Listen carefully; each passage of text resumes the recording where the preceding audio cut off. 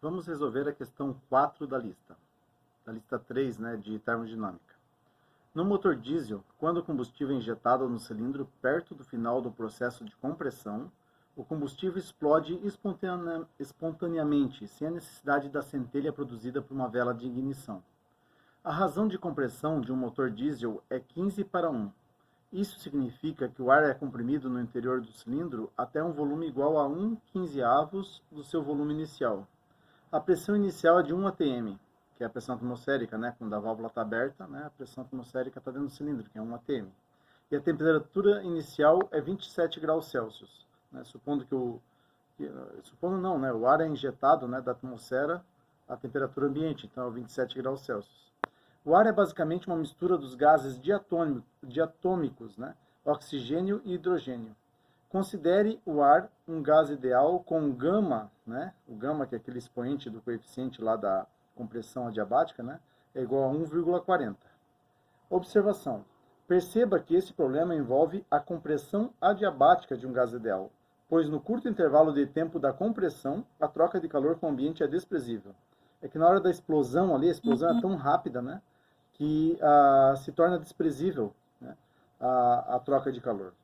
Letra A. Calcule a temperatura final depois da compressão e B. Calcule a pressão final depois da compressão.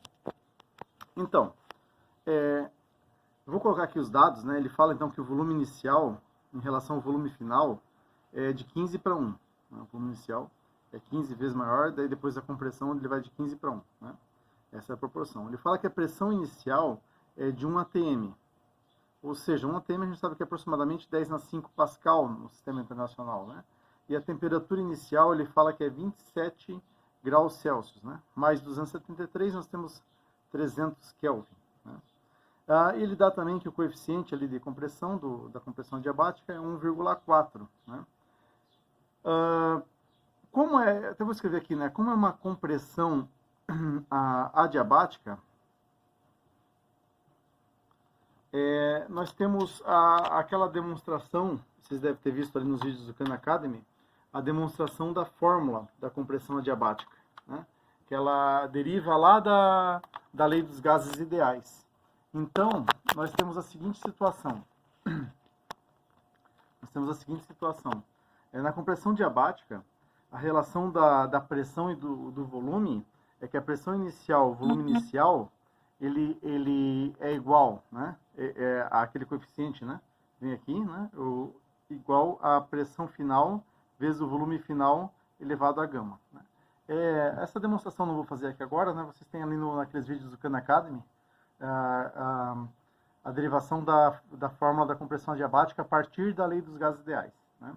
Daquela do PV sobre T igual a uma constante, ou igual a NR. Né?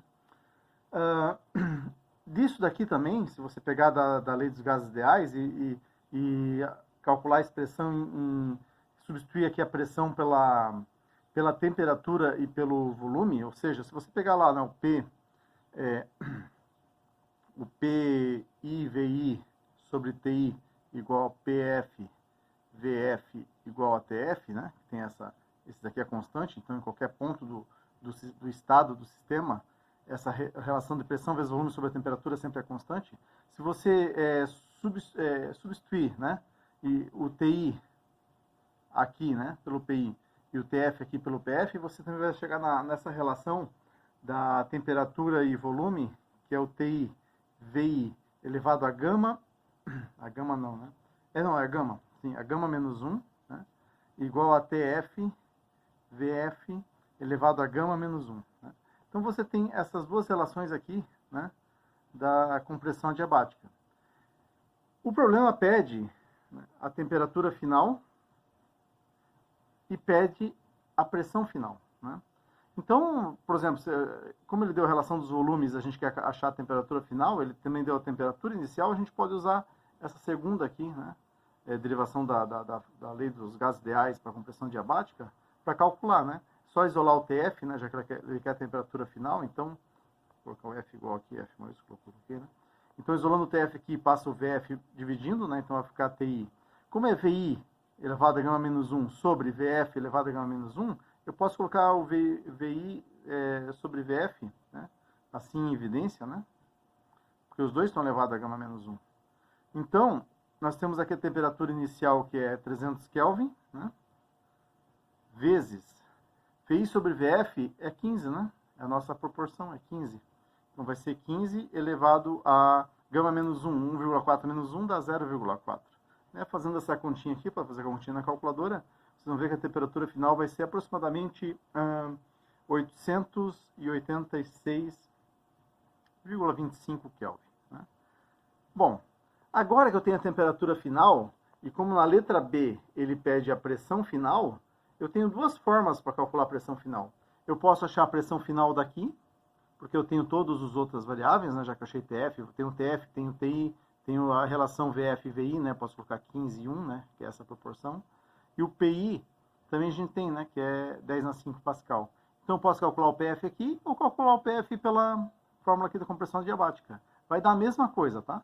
Eu vou, já que a gente está falando de compressão adiabática, eu vou usar essa equação aqui, mas depois, se vocês quiserem, pode calcular o PF usando a lei dos gases ideais, que vocês vão ver que vai dar a mesma coisa. Tá? Bom, então calculando o PF daqui, né? Eu vou ter que o PF é igual ao PI. De novo, né, o VI elevado a gama, aqui o VF elevado a gama passa dividindo, então eu vou ficar VI sobre VF elevado a gama. Nós temos a pressão inicial, que é 10/5 Pascal, vezes, né, o VI sobre VF é uma relação de 15, né, elevado a gama 1,4. Então, 10/5 vezes 15 elevado a 1,4, você vai ter 44,3 vezes 10/5 Pascal. Essa é o resultado. Ou, né, 44,3 ATM, né, aproximadamente. Né? Então, é esse resultado que você tem. Tá, pessoal? Se quiserem fazer como exercício, calcular o PF usando a lei dos gases ideais, vocês podem tentar fazer.